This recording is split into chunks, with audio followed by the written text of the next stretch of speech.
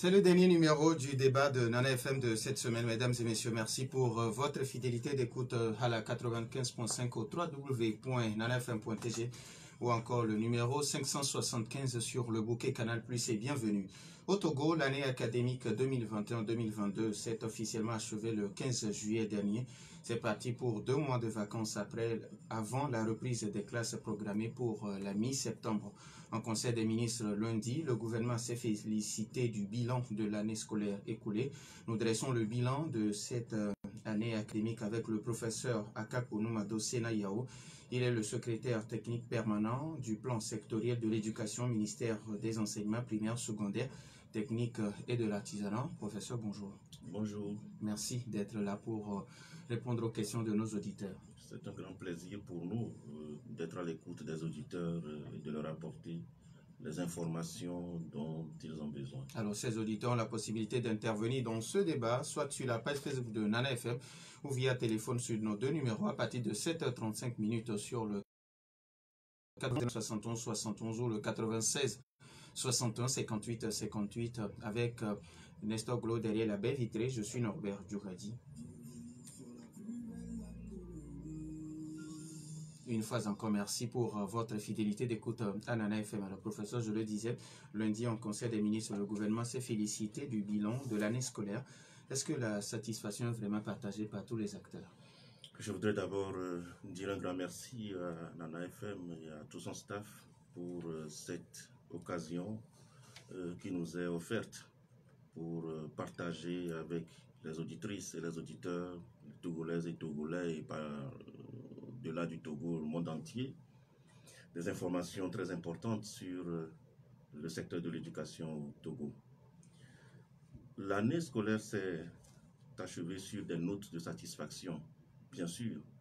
Je vais vous donner juste un exemple pour justifier la raison pour laquelle nous sommes satisfaits, ou nous devons être satisfaits, parents, décideurs, élèves, enseignants, partenaires de l'éducation au Togo.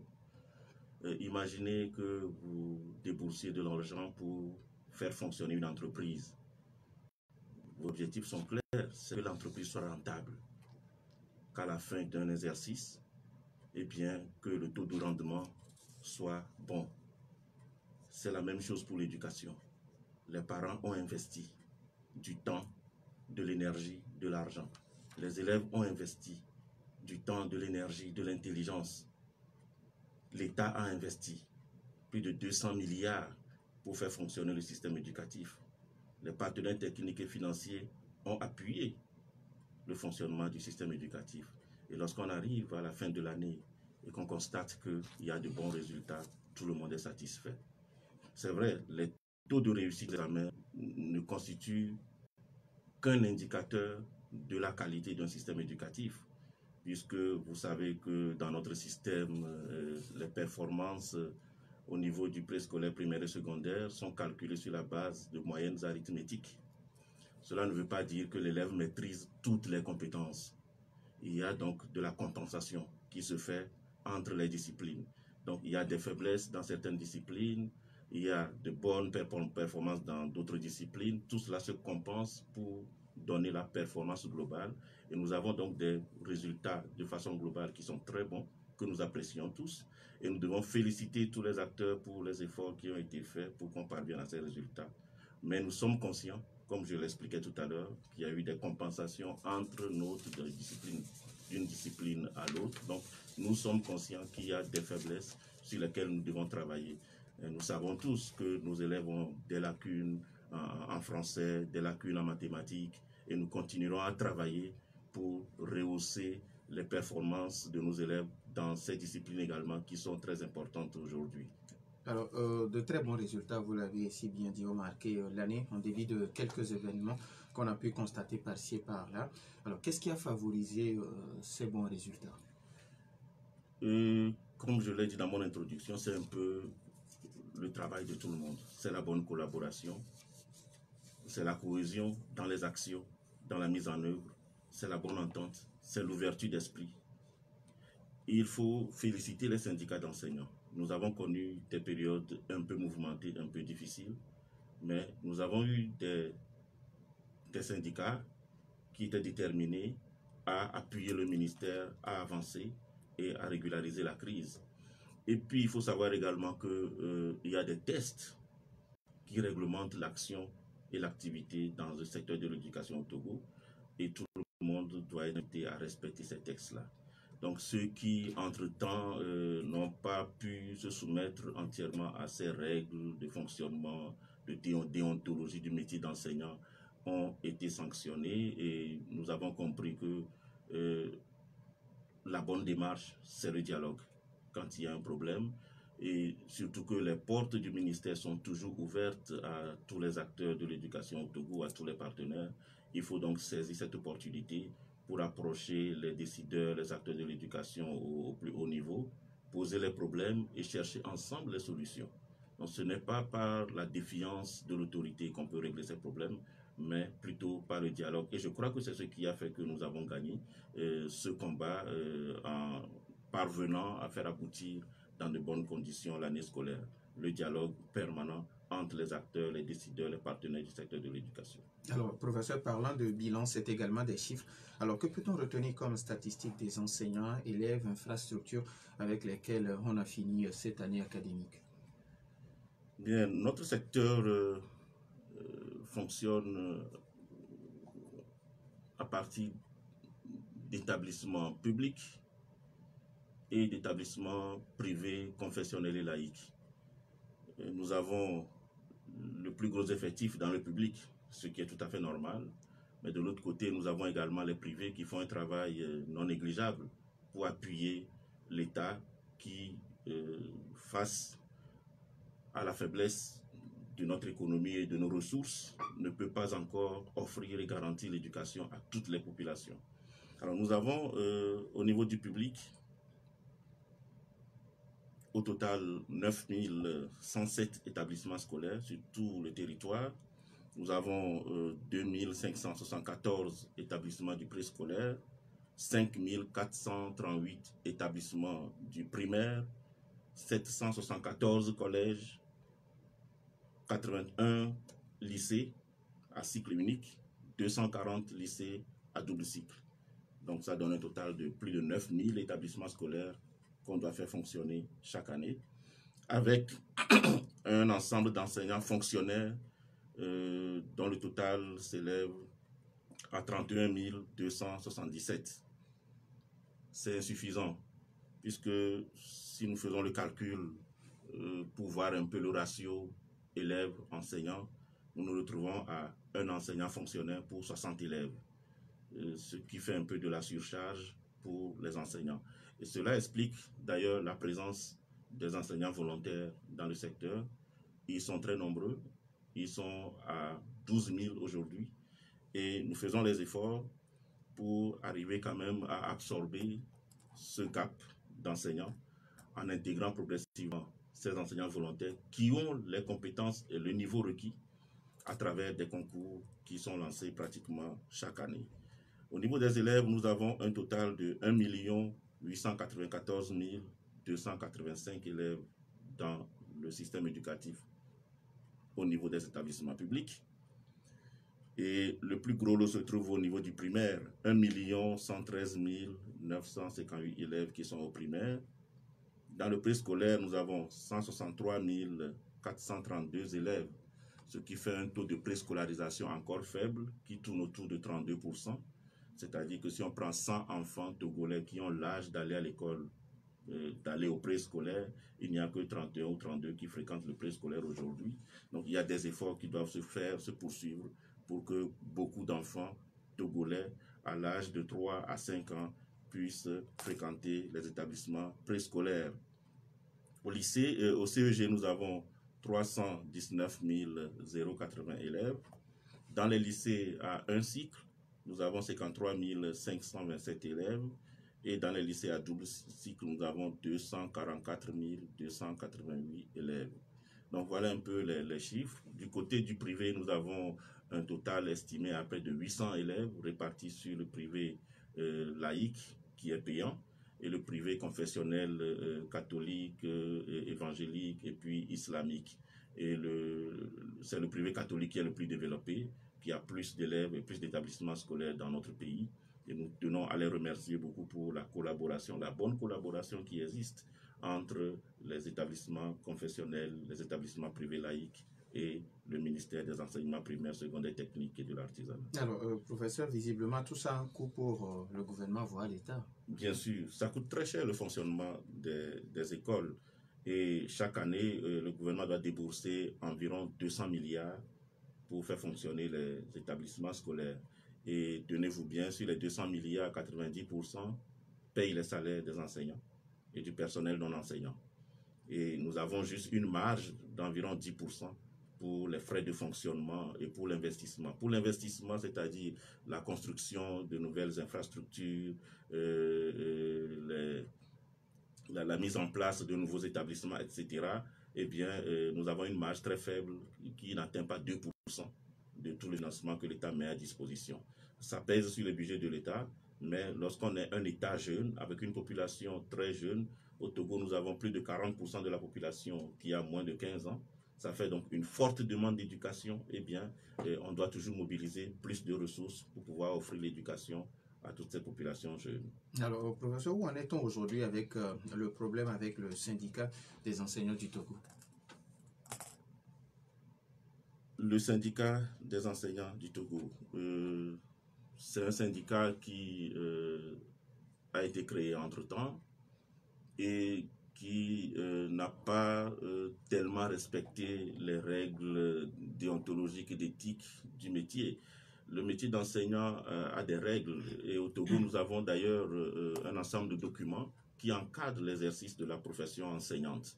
Et dans ces documents, il est clairement dit comment on peut mettre en place un syndicat d'enseignants, comment fonctionne un syndicat d'enseignants, comment les syndicats d'enseignants peuvent introduire des réclamations ou des plaidoyers à l'endroit des décideurs, des autorités de l'éducation.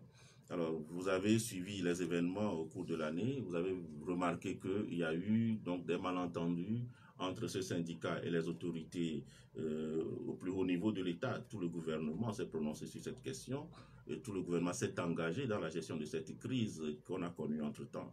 C'est un syndicat qui n'a pas respecté vraiment toutes les règles qu'il faut pour l'exercice de l'action syndicale dans le secteur de l'éducation.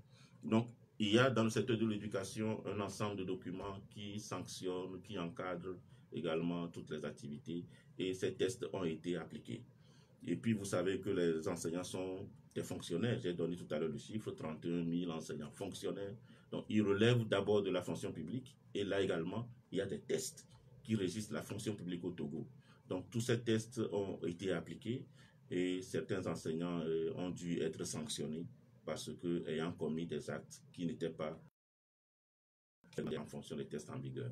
Alors, toutes les voies de recours sont déjà épuisées ou bon, il peut y avoir encore des dialogues pour voir si on peut les réintégrer? Les portes sont toujours ouvertes pour les discussions et je crois que ce qui peut être encore réglé à travers le dialogue peut l'être, mais ce qui est au niveau de la justice poursuivra son chemin au niveau de la justice. Alors, avant de donner la possibilité aux auditeurs sur la page Facebook de Nana FM à côté Concours qui écrit avec l'APC, on a des résultats, mais on n'a pas de compétences. Une simple phrase, des fautes, ils écrivent simplement des sons. Nos enfants et nos étudiants, nos élèves, c'est un peu dommage. Oui, je l'ai dit que nous avons de bons chiffres, mais derrière les bons chiffres, il y a des problèmes que nous devons continuer à résoudre. Il y a des défis que nous devons relever.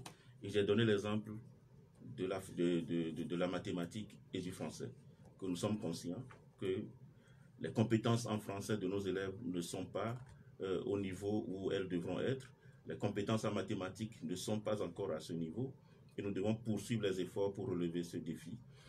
Donc, il faut aussi reconnaître que c'est un phénomène mondial lié donc, à l'utilisation des technologies de l'information et de la communication, l'utilisation des SMS où on n'a pas le temps, on ne peut pas écrire tous les mots, ou les messages par WhatsApp, etc. Tout cela influe sur les compétences de nos élèves en expression française, etc. Mais on se met à la tâche, on est en train de prendre des décisions des initiatives pour faire en sorte qu'on puisse renforcer les compétences de nos élèves dans ces disciplines-là. 91 09 71 71 ou le 96 61 58 58. Les auditeurs ont maintenant la possibilité, mais après la pause.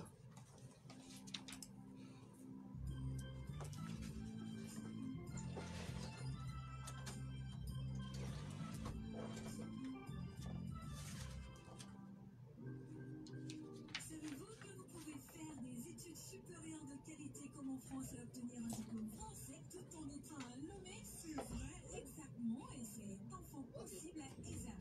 École supérieure d'audit et de management est pleinement à votre disposition et accompagne les jeunes et étudiants à réaliser leurs rêves en leur offrant la formation LMS délocalisée, leur donnant une ouverture d'esprit de compétition à l'international pour développer librement la passion de l'excellence.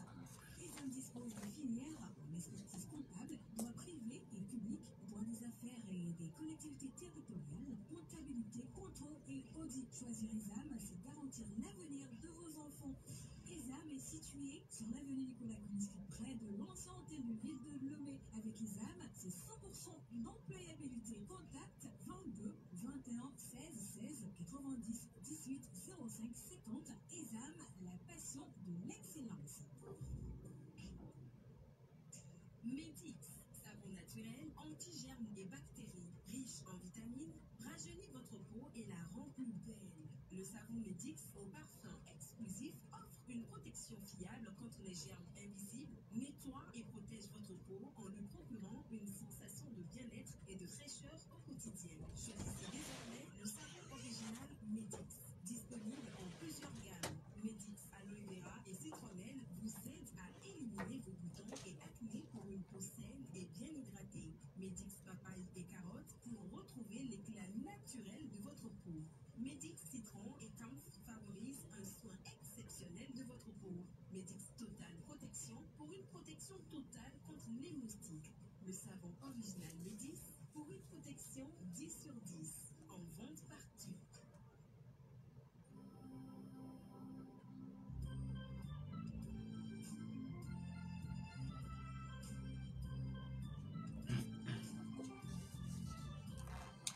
« 91 09 71 71 ou le 96 61 58 58. Nous avons un premier auditeur en ligne. Nana FM, allô?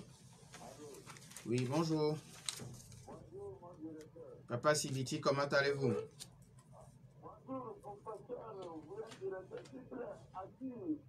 Bonjour, Papa Sibiti. Allô? Ah, ok, c'est le professeur Akako Numado. Merci, Papa Sibiti.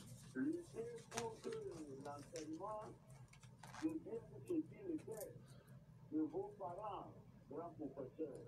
Oui. Parce qu'aujourd'hui, les embouteillades ont des éducateurs. La grammaire, il faut faire retenir la grammaire. Les analyses, les articles, tout ça là. Commençant de faire ceci, le chemin cognitif, le second chemin, en effectivement, nos professeurs, certains ne connaissent pas ça. Il faut faire retenir ça. Vous voyez, le grand professeur de l'université disait qu'eux, ils ont suivi ce type de cette faute. Donc, et pour les enseignants, nos enseignants, mes enfants, ils sont en prison. Vous leur avez dit les autres, ils n'ont pas compris. Maintenant, ils ont compris. Et quand transfèrent ce qu'ils ont en politique pour devenir, pour verser dans la profession, non. Ils ont compris maintenant. Pourtant, le ministre Pokoroko, le ministre Barato, maintenant, ils ont compris. Il faut les prendre, ils ont été sanctionnés. Sinon, maintenant, si quelqu'un leur disait même de faire une seconde de guerre, ils vont le faire. Nous avons pris la prison. C'est difficile. Merci beaucoup. Merci à vous aussi, Papa Sibiti. 91 09 71 71 ou le 96 61. Nana FM, allô? Allô? Oui, bonjour Michel. Bonjour, non. Oui, allez-y, on vous écoute. D'abord, je poserai cette question à notre invité. Oui. Est-ce qu'un problème juridique ne se règle pas la justice de façon administrative, au niveau de la justice administrative, et ce sont les ministres qui vont régler. Je veux en venir au problème du sexe dont lui-même il parle, en disant que c'est pas, les gars ils n'ont pas très suivi. J'espère qu'il n'est pas juriste. Et si les juristes, ça se règle au niveau de l'administration, au niveau de la justice administrative. Ce n'est pas le ministre qui va régler ça. Et actuellement, ces enseignants-là, ils sont toujours en prison. Bon, je viens maintenant au fait de la situation générale. C'est seulement au Togo que nous constatons que, on dit, l'action gouvernementale doit dépendre du comportement ou de la docilité des enseignants.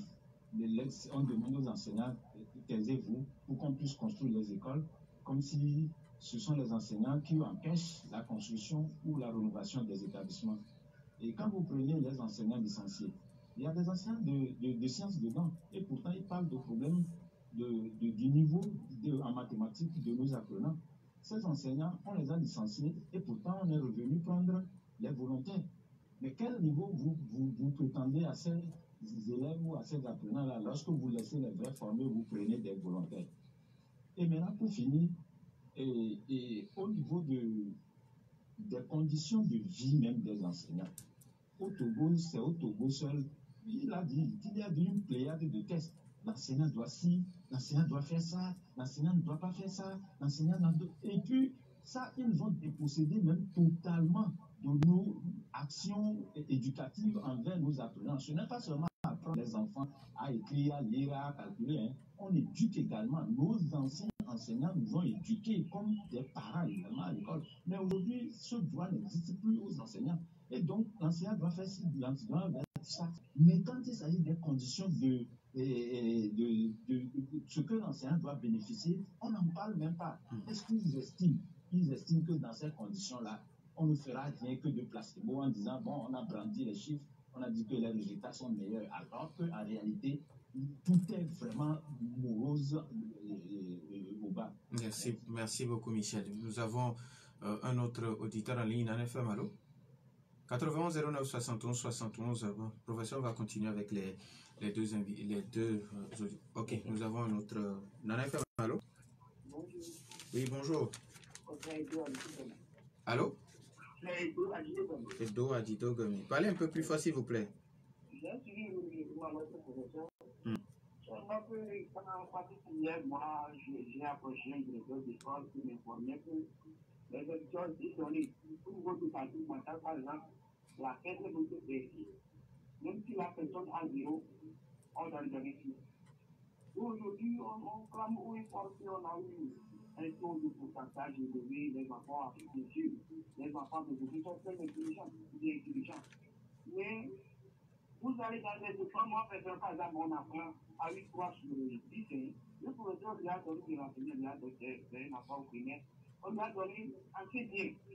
Et je me suis étonné chez vous. C'est 2 3 sur 10 ans, ils donnent assez bien. Il n'est pas compris le professeur de l'enseignant, mais comme c'est bon, c'est maintenant les approches et les institutions de APC, donc on n'est plus obligé de lui donner des droits à l'enfant. Je dis, mais moi, je n'ai pas compris ça. Il va falloir qu'on essaie de se débarrasser de tout ça là. Même si je n'ai pas la ancienne méthode, qu'on essaie de canaliser nos enfants. Merci. Donc, bon, bien sûr, à chaque fin d'année, on peut avoir des taux élevés, mais à la fin, on n'en tire pas comme profit. Merci beaucoup, monsieur. Merci beaucoup, monsieur Doda Dido Gomé. Je pense que le professeur a compris. Nous avons un autre auditeur en ligne. Nana FM, allô? Bonjour. Merci Dadido Gomé, bonjour. Bonjour, votre invité. Bonjour. Ok. Votre invité a souligné tout à l'heure des points qui m'ont vraiment touché. Le niveau bas en français et en mathématiques. Alors que c'est le base de l'évolution de nos sociétés. Je veux poser la question à votre invité. Pourquoi, jusqu'à présent, on maintient la suppression des dictées? Alors que je pense que faire la dictée aux enfants les oblige à bien écrire les mots. il ne peut pas abréger, il ne peut pas sténographier, il ne peut pas faire des codes. C'est ce qui fait que, comme vous avez des SMS et des jeux, des fois il est difficile de le lire. Moi, ça m'arrive souvent. Et les mathématiques, quand je parle des mathématiques, quand vous ne maîtrisez pas le français, vous ne pouvez pas faire les mathématiques. Parce qu'il faut d'abord comprendre ce qui est demandé dans le texte pour pouvoir interpréter. Deuxième point, l'enseignement privé et le gouvernement fait de son mieux, nous le savons. Mais le rôle de l'enseignement est dévolu. Là, je constate que jusqu'à présent, le gouvernement fait des aides marginales aux enseignements privés, alors que c'est au gouvernement de s'occuper de tous les enfants, puisque nous sommes en train de dire tout le temps qu'il faut avoir une alphabétisation de 100%. Donc, est-ce qu'il n'y a pas de priorité à augmenter l'aide dans les enseignements privés et par rapport à des priorités qui sont prises maintenant en compte? Merci, bonne journée. Bonne journée à vous aussi. On prend le dernier auditeur. Nana FM, allô? Oui, bonjour. Yoshua de Zanguera. Bonjour, monsieur Yoshua. Oui. D'abord, Oui. En commençant l'émission, vous avez parlé de 2 mois de vacances. Alors que nous savons tous que dans certaines écoles privées, certains déjà fini dans le mois de mai. Et ça fait au moins normalement 4 mois de vacances pour les enfants. Bon, là, ma première question, c'est que pourquoi l'État ne fait rien pour empêcher ces mêmes choses? Deuxième point, quand on prend le programme de APC au coup primaire, il y a déjà des documents de mathématiques français qui sont déjà là. Même ceux qui par exemple, là, il n'y a même pas de document pour anglais. Parce que je sais que je ne parle. Chaque inspecteur se débrouille avec un document. En français aussi, il n'y a pas un niveau français apprécié comme tel. Mathématiques aussi non plus. Pourquoi l'État attend si longtemps pour faire ce document pour nous? Merci et bonne journée. Alors, on va donner maintenant la possibilité au professeur de répondre aux questions des auditeurs. Alors, professeur, on va commencer avec Papa Siwiti qui pense qu'il faut faire revenir la grammaire. Merci. Je voudrais remercier tous les auditeurs qui ont posé des questions. Cela montre qu'ils nous suivent très bien et qu'ils accordent un intérêt particulier à l'éducation. Ramener la grammaire, ramener l'orthographe. Oui, on n'a pas supprimé la grammaire, on n'a pas supprimé l'orthographe. C'est juste la manière d'enseigner la grammaire, la manière d'enseigner l'orthographe qui a changé en fonction de l'évolution des approches pédagogiques. Peut-être il faut renforcer, il faut faire plus d'activités avec les apprenants pour rehausser leur niveau.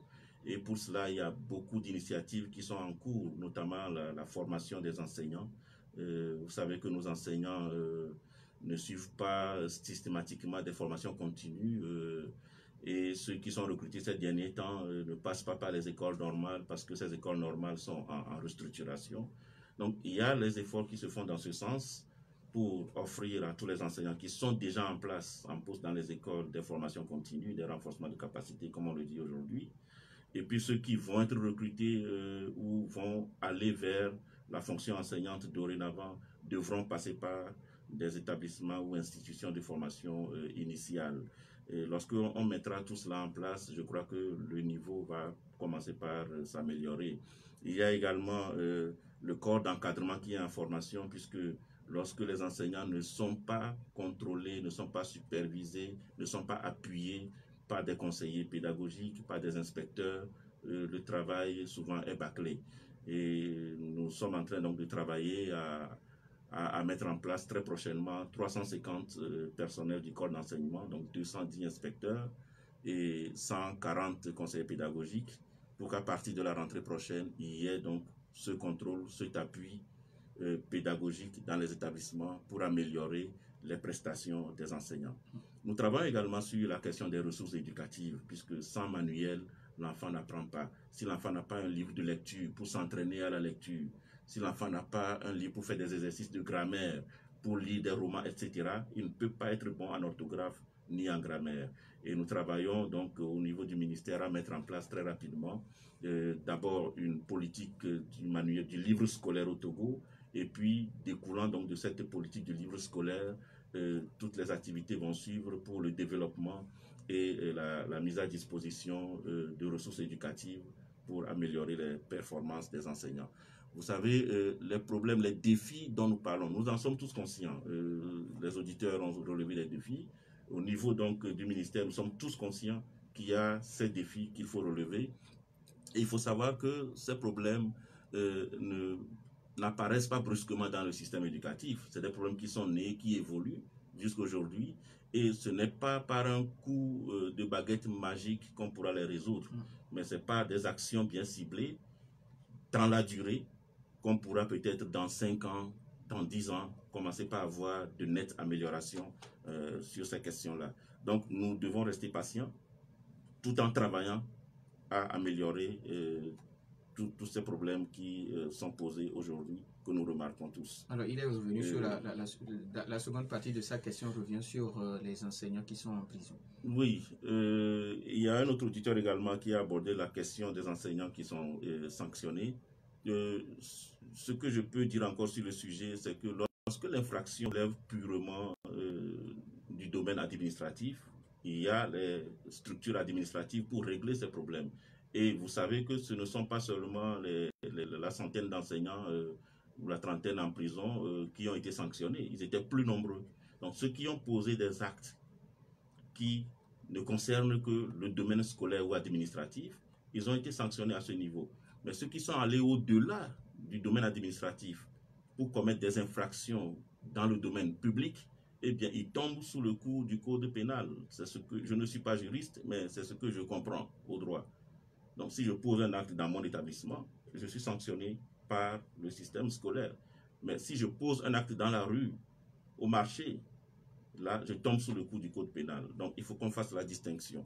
Mais cela ne veut pas dire qu'ils vont rester là, etc. Bon, nous sommes en famille au Togo, nous parlons au Togo. Je crois que le dialogue est permanent et je sais qu'il y a beaucoup de syndicats, les syndicats qui travaillent beaucoup avec nous, les centrales syndicales reviennent tout le temps sur ce problème et les réflexions sont en cours et nous espérons tous que des solutions vont être trouvées pour que tout le monde se calme. Alors, Michel qui est revenu sur les conditions de vie des enseignants. Oui, les conditions de vie des enseignants. Sur cette question aussi, je veux dire que peut-être qu'il y a beaucoup de malentendus ou de manque d'informations. Le gouvernement n'a jamais négligé les questions liées aux conditions de vie des enseignants. Si nous faisons certaines comparaisons entre les traitements des enseignants il y a 5 ans et les traitements des enseignants aujourd'hui, vous allez voir que pour certaines catégories, les augmentations de salaire sont de l'ordre de plus de 100%. Mais ce que le gouvernement dit, c'est qu'on ne peut pas, chaque année, lorsqu'on arrive à dégager une certaine marge sur le budget de l'éducation, continuer à consacrer ces marges toujours sur les questions salariales. Parce que l'école, c'est un tout, c'est plusieurs dimensions. Il faut en même temps régler d'autres problèmes. Je parlais tout à l'heure de la formation des enseignants. Il faut qu'ils soient formés, qu'ils se sentent à l'aise avec les nouveaux programmes, les nouvelles approches. Il faut qu'ils aient des ressources éducatives en classe. Il faut que les établissements scolaires soient épanouissants, et un environnement épanouissant pour l'enseignant, pour l'élève. Et tout cela nécessite beaucoup de financement. Nous sommes un pays pauvre, nous avons des ressources limitées.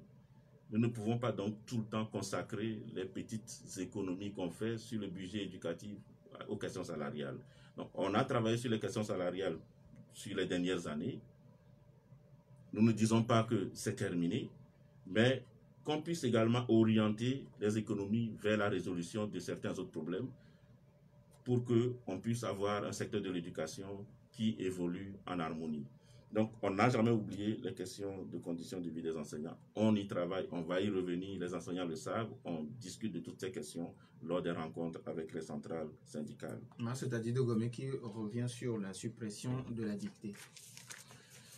Oui, là également, je voudrais dire que la dictée, c'est un moyen pour amener les élèves à apprendre à écrire. Mais il y a d'autres moyens. Ceux qui font la didactique du français vous diront qu'il y a d'autres moyens pour amener les enfants à apprendre l'orthographe des mots.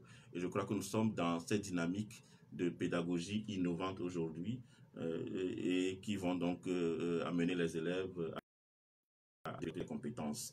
La nostalgie du passé, c'est bien, mais nous devons savoir aussi que l'environnement évolue énormément. Et nous, quand nous étions à l'école, nous ne pouvons pas aujourd'hui demander qu'on fasse avec nos enfants ce qu'on faisait avec nous. Notre environnement était différent. L'environnement aujourd'hui a beaucoup évolué. Il faut innover en méthode, en approche pour pouvoir mener les élèves à acquérir les compétences dont ils ont besoin aujourd'hui. Puisque les compétences dont on a besoin aujourd'hui pour vivre sont différentes des compétences dont on avait besoin il y a 50 ans. Donc, il faut qu'on tienne compte de tout cela et qu'on ne soit pas trop nostalgique en réclamant les anciennes méthodes, les anciennes approches, etc. Dans le secteur de l'éducation. L'école doit s'adapter à son temps. Yoshua qui déplore le manque de manuels au niveau de l'APC dans certaines matières. Nous en sommes conscients et je disais tout à l'heure que nous sommes en train de travailler à mettre en place une politique du livre scolaire parce que jusqu'à présent, il faut reconnaître, il n'y a pas un document qui oriente la production, la distribution, la mise à disposition des manuels. Ça fait qu'il y a eu des problèmes, des malentendus. Parfois, les manuels sont produits, ne parviennent pas aux écoles.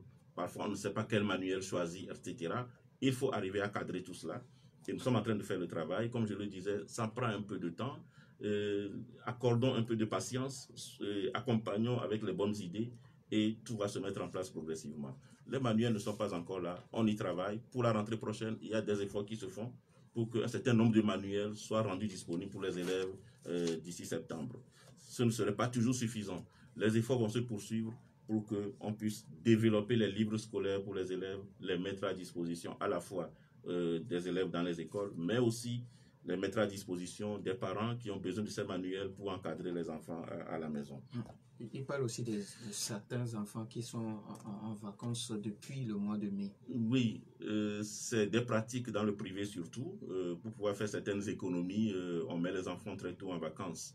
Et tout cela, c'est le manque de respect des tests en vigueur. Les privés sont aussi soumis aux tests que le ministère prend pour délimiter l'année scolaire, pour fixer les périodes d'examen, etc. Mais vous le savez tous, les établissements privés ne respectent toujours pas ces dispositions et entre-temps, il y a eu même des contrôles avec des menaces de sanctions. Alors, ce que nous pouvons faire, c'est d'exhorter davantage ces établissements à respecter les dispositions que le ministère prend. Et nous devons également les accompagner à faire des efforts pour respecter cela. Et les vacances, oui, elles sont longues, mais elles doivent être rendues utiles pour les élèves. C'est le moment d'apprendre aux enfants d'autres choses qu'ils n'apprennent pas à l'école. Vous savez, l'école n'apprend pas tout à l'enfant. Et l'école aujourd'hui est trop centrée sur les aspects cognitifs. Or, dans la vie courante, il y a beaucoup d'autres compétences dont nous avons besoin au quotidien. C'est le moment d'amener les enfants à développer ces compétences-là. Et nous sommes à l'ère du numérique. Nos établissements scolaires ne sont pas suffisamment équipés pour apporter ces compétences numériques aux enfants. Pourquoi ne pas les aider pendant les vacances à développer ces compétences? Ils doivent aussi apprendre à vivre en groupe, vivre en communauté, vivre à la maison, faire le ménage, participer à la vie familiale. C'est l'occasion d'amener les enfants à faire tout cela. Et ceux qui ont des talents à développer, la musique, l'art, le sport, etc., l'école n'offre pas suffisamment d'espace pour développer ces compétences. Eh bien, pendant les vacances, il faut qu'on amène les enfants à développer ces compétences complémentaires, ces compétences de vie qui sont très importantes. Alors, professeur, une année se ferme, mais une autre va s'ouvrir bientôt. Quelles sont déjà les innovations en vue? Pour la rentrée prochaine, d'abord, il y a un certain nombre d'établissements qui sont en construction. Nous avons lancé beaucoup de chantiers pour réhabiliter beaucoup d'infrastructures qui ne sont pas en l'état, mais pour construire également de nouvelles salles de classe. Et il y a également J'ai parlé tout à l'heure du corps d'encadrement qui va se mettre en place à partir de la rentrée prochaine. Il y a au niveau de l'enseignement technique l'Institut national de perfectionnement professionnel également qui va s'améliorer pour appuyer la formation continue et initiale des enseignants qui interviennent dans le secteur de l'enseignement technique et professionnel. Nous avons eu à équiper durant cette année 315 établissements en matériel informatique. Ces efforts vont se poursuivre. Et le clou pour la rentrée prochaine sera la question de l'introduction de l'anglais. Vous savez que le Togo vient d'adhérer au Commonwealth et c'est également un défi à relever si nous voulons profiter de cet espace commercial, cet espace d'échange. Donc nous allons travailler à ce que l'anglais soit introduit déjà au cours primaire. Donc nous avons pensé à des scénarios sur lesquels nous sommes en train de travailler, les discussions sont en cours, pour faire en sorte qu'à la rentrée prochaine, de façon expérimentale, dans une trentaine d'établissements sur le territoire, on puisse commencer par enseigner l'anglais au cours primaire. Ce sera la très grande innovation de la rentrée prochaine. Nous disons merci au professeur Sena Yao Akakbo Nomato, secrétaire technique permanent du plan sectoriel de l'éducation ministère des enseignements primaires, secondaires, techniques et de l'artisanat. Merci également à Nestor Glo pour la mise en ordre. Merci aux auditeurs pour leur fidélité d'écoute.